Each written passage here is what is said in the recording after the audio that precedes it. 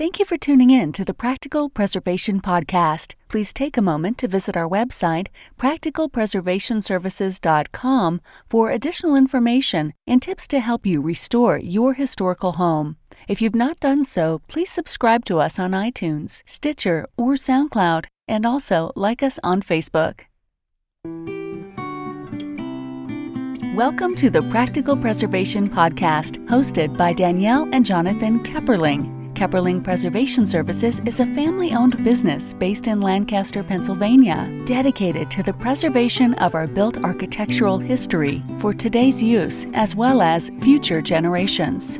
Our weekly podcast provides you with expert advice specific to the unique needs of renovating a historic home, educating by sharing our From the Trenches preservation knowledge and our guests' expertise, balancing modern needs while maintaining the historical significance, character, and beauty of your period home. So today on the Practical Preservation Podcast, we have John High, the barn saver, with us. Thank you for joining me today. Thank you for having me. Yeah.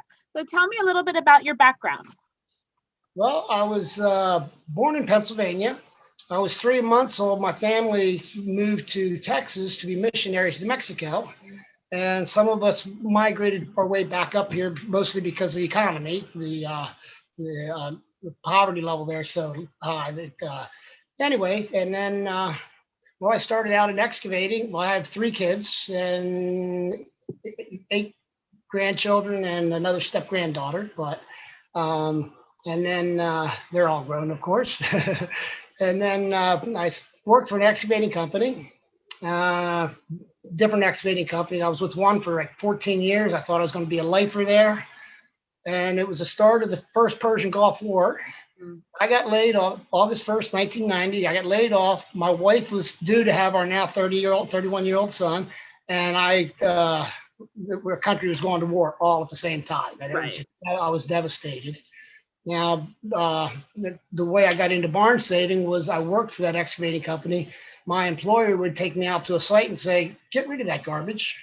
That meant the house, the barn, anything that was there, we just smashed it up and sent it to the landfill or burn it away. Yeah. And that made me sick. So I started working evenings and weekends. My boss was thrilled because it was saving me thousands of dollars.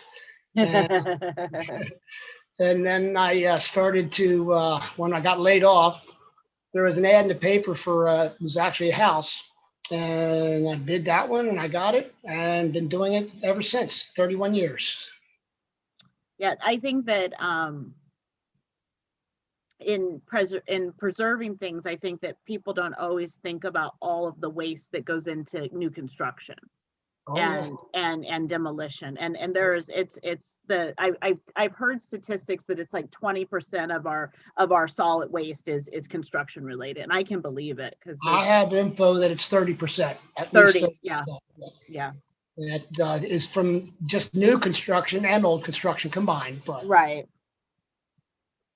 So why did you feel like preserving the houses and the barns that you were tearing down? Why did you feel like that was important? Well, because our forefathers worked so hard. Well, you know the saying, they don't make them like they used to. Right. It's 100% true. You can't even get that type of wood today because they farm the trees.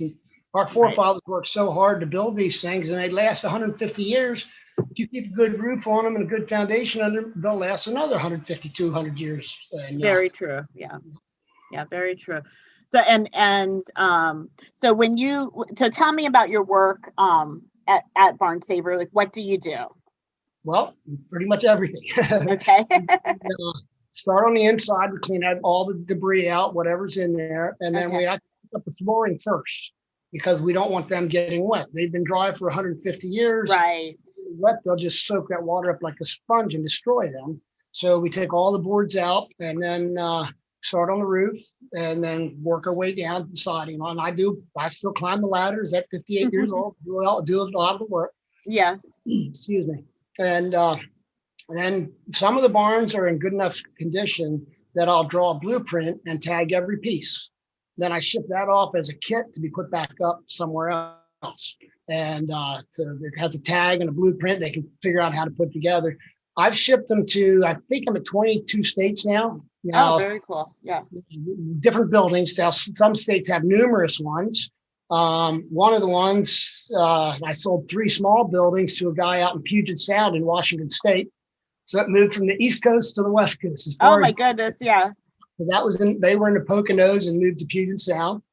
There's a guy in North Carolina that I probably sold 20, maybe 25 buildings to him, and he put them back up. But then Are they, yeah. Are they mostly going back up then to be like used as in agriculture? Or are they mostly going back up to be like adaptively reused as like a house or some other? most of the time the house. Okay. Yeah, or sometimes a business, but most of the times they're converted into houses. Okay. Very cool. And then if it's not in good shape, but you still have like the timber or the lumber and the timbers there, do you then just sell those pieces? Correct. I parts the building out Okay. and sell all the pieces to individuals that want to use it just as decorative in their homes, Mhm. or people that are fixing up barns, what have you. And That need, yeah. I still salvage about 90% of the barn, even though I take them down. I parts them out. About 90% of the barn is salvageable. Sometimes 95 or even more. Oh yeah, yeah. I would assume that as long as it's not in terrible shape, like just based. I haven't been in a ton of barns, but just based on the barns that I've been in, they're pretty solidly built, and I would think that most of it would be, unless something terrible happened inside. Right. Well, I mean, water is the worst, and then Yeah. also they get the powder post beetle, but Oh they yeah. get that if they get moisture. So if you keep the moisture out of them, they can't survive. Nothing can Right. survive without moisture. But so many of the barns now underneath are getting that because they're not using them as much. So Mhm. they're closed up. They're designed to be air going through them and keeping the moisture out. And then it can dry out. That Right. makes sense. That definitely makes sense to me. So we talked a little bit about why you do what you do. Can you tell me a little bit more about that? Well, always been tried to save things and recycle everything I could, and it's in my blood. I can't see throwing things into the trash that can be reused. Right, right. And I completely understand that. And I think that reusing building parts is really the ultimate recycling. I mean, even on a small scale, when we have like light fixtures or something that come out that are still good, I'll take them over to Habitat Restore because it doesn't make sense to throw them away if somebody else can use them. Right, that's for Yeah. sure. Yeah. So tell me a little bit about like who your clients are, what geographic areas do you work in? Well, clients are pretty much anybody that has a barn. Now, I do work with several different barn repair specialists that, like I just did one for it's Pennsylvania Barn Company, PA Barn Company. He acquired this barn, and he hires me to do the dismantling for him, and then he will put it back up again. Okay. Yeah. So I work with several contractors, but mostly it's just private property owners that they contact me through, of course, my website, word of mouth, what have you. They contact me, and I just go and take a look at it. And if we work something out, I take it down. As far as the area I cover, it's mostly northeastern Pennsylvania, central Pennsylvania. I do up into the Poconos. I've been a little bit into Maryland, Delaware, New Jersey a little bit, but most of it is within an hour and a half drive from home. Right, right. And I would think that going into those other areas, you see different types of barn construction then too. I mean, the basic principles are the same, but they were building them a little bit differently. Exactly. And you could go different barns in one area, and you could tell that the same person built those.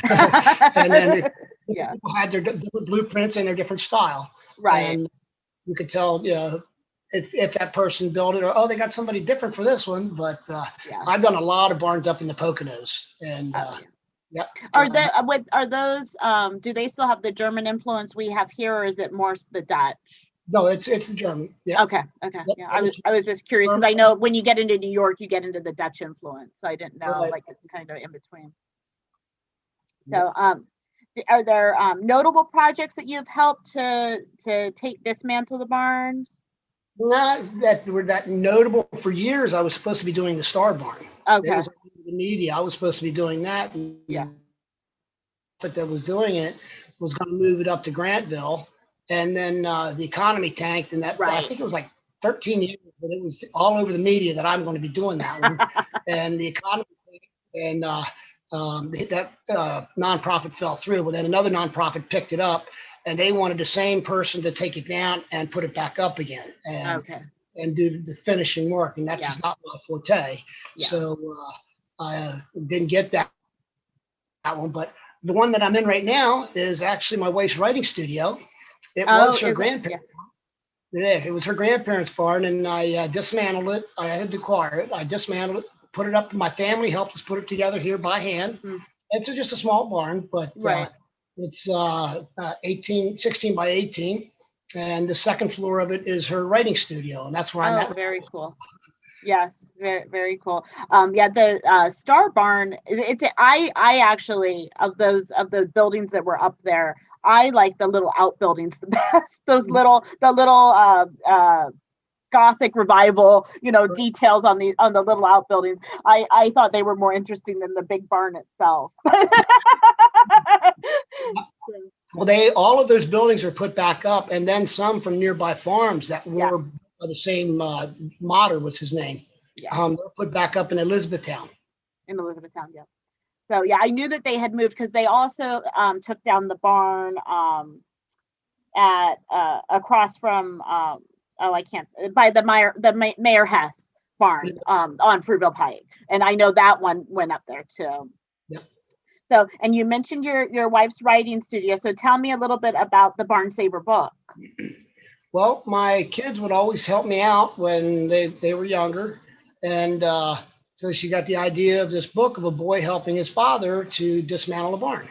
Okay. And so it's basically a true story, but fictionalized somewhat with the children's book. But it's exactly what it was. They were helping me out, and she came up with the idea, and there's the book. Oh yes, that's fun. Is that still available on your website? I think so. It would be on her website. Her name is Linda Oatman High. Excuse me. You could probably find it on Amazon or somewhere too, I'm sure. Okay, very good. Yeah, that I think that's really fun, and it's a fun way to introduce children to the idea of not just it's a way to introduce the idea of recycling, but also the idea of like maybe working in trades rather than everybody right. going into college and things like that. So tell me a little bit about, from your kind of corner of the world, the challenges and trends that you see in preservation. The challenges, of course, it's very hard work and very dangerous work, but one of the biggest challenges is the building development, because they're in a hurry.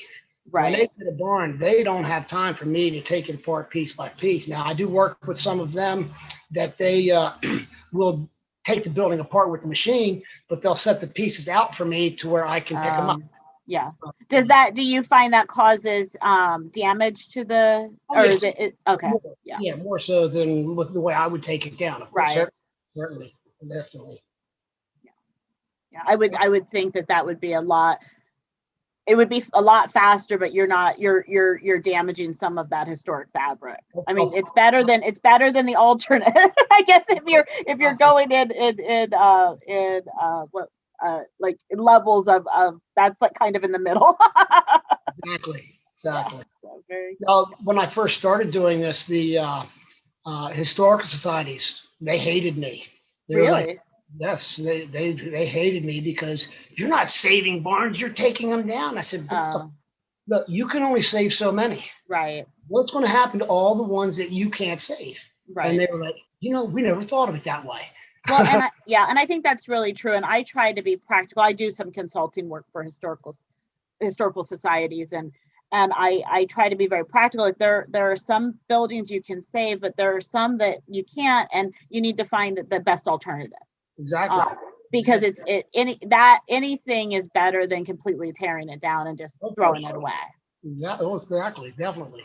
Yeah. And with barns, especially with, moving away from agriculture, and insurance companies don't want those outbuildings on properties. It gets, so I agree with you. I think that really is, if you're not farming, it doesn't really make sense to have a barn on your property. Right. And also with the farming anymore, another, they're changing the way they're farming. Yeah. Exactly. The equipment won't even fit in. They're too heavy to go in the barns and too big. And, some of them, the top is empty and they just milk the cows down below yet. Yeah, right. Yeah. They can't put the hay in there. They can't put their tractors in, and everything's too big. Yeah. Yeah. So that, I think that's it's a reality, but I think reusing it and recycling is the next best thing, because not everything can be saved, because I think that for things to be preserved, they need to be useful. Right. Right. And if it's not useful, somebody's not going to put a lot of money into maintaining it, and then it's going to just be demolished by neglect anyway. Right. Exactly. Yeah. They didn't get a hole in the roof. It doesn't take long for it to damage the structure. Yeah. There was a property that I had to look at for an easement, and there had not been a roof on the property for 7 years, and the whole inside was gone. And I'm like, all it would have taken was a tarp. Like, truthfully, like, this was not going to be hard. Like, we did not need to lose all of this. I was fired up when I left there. So, is there anything that you would like to promote? I don't know if you have any events coming up. I know everybody's events are kind of like, or if you have anything for sale. I know we talked about the book a little bit. Mm-hmm. At this time, I have a barn that is 42 by 46. Okay. It's a really tall one. It's 17 feet tall. Whoa, yeah. That I am in the process of taking down, and I'm hoping to find a home for it, that it can be put back up and maybe be somebody's house. Oh, yes. Does that, what type of barn is it? It's sawn oak, mostly almost all oak. It's all mortar. The barns I do are all mortise and tenon, pit post and beam. It's a bank barn, Pennsylvania bank barn. Yeah, and it's in really good shape. I mean, everyone will have some issues. There's no, it's inevitable because they've been there for long. But it's got a couple of problems, but nothing serious at all. Oh, very, very cool. Well, I'm happy to let people know about that. And then how can someone contact you? I know you mentioned your website. Are there other, do you have any social media or anything? I'm on Facebook. Okay. Barn Saver is on Facebook. And also, I can give you my email, my phone number, anything you would like. Okay. Yeah, feel free, because we'll make sure it's on our site where the podcast is hosted. And then if people are hearing this, they can always go there and look and find it all in one place. Sure. My email is barnsaver. It's singular. Everybody wants to make it plural for some reason. barnsaver@gmail.com. Okay. And my phone is 717-572-1619. 19. Okay, well, very good. Was there anything that I didn't think to ask you, or that you thought about while we were talking, that you wanted to share before we wrap up? Well, one neat thing about the book is in the story line of the book, the father tells the son that this barn has lived here for over 150 years. Mm-hmm. Now it's going to live another 150 years in 150 different, I think it was 100 places. I'm sorry, 100 years. Yeah. 100 places, 100 different places, because it was a barn that I was parting out. Right. And that was kind of neat. And then, of course, as far as the items for sale, I almost always have siding, flooring, any part beams. And also in Myerstown, I have a storage shed that has all kinds of doors, hardware, windows. I mean, pretty much everything from old houses and old barns. Oh, very cool. So if somebody's looking for a particular piece, they could reach out to you and see if you have it. A couple hundred strap hinges, and I have the panels to go with. Have a lot of stuff. It's in a tobacco shed, and the tobacco shed is probably almost half full of just my stuff. I know how that accumulating things goes. So I had it set up really nice. It's pretty much like a store. You can walk Yeah. through and look at the doors and look at everything. I have it set up pretty decent. So Okay, very cool. Yeah, I definitely will make sure that we have that on the site too. And if we're looking for things, I'll make sure that we reach out to you also. So very good. Thank you. Thank you very much for joining me today. I really enjoyed our conversation. well, thanks for having me, and I enjoyed the conversation likewise. Yeah, thank you. Thanks for listening to the Practical Preservation Podcast. The resources discussed during this episode are on our website at practicalpreservationservices.com/podcast. If you received value from this episode and know someone else that will get value from it as well, please share it with them. Join us next week for another episode of the Practical Preservation Podcast. For more information on restoring your historic home, visit practicalpreservationservices.com.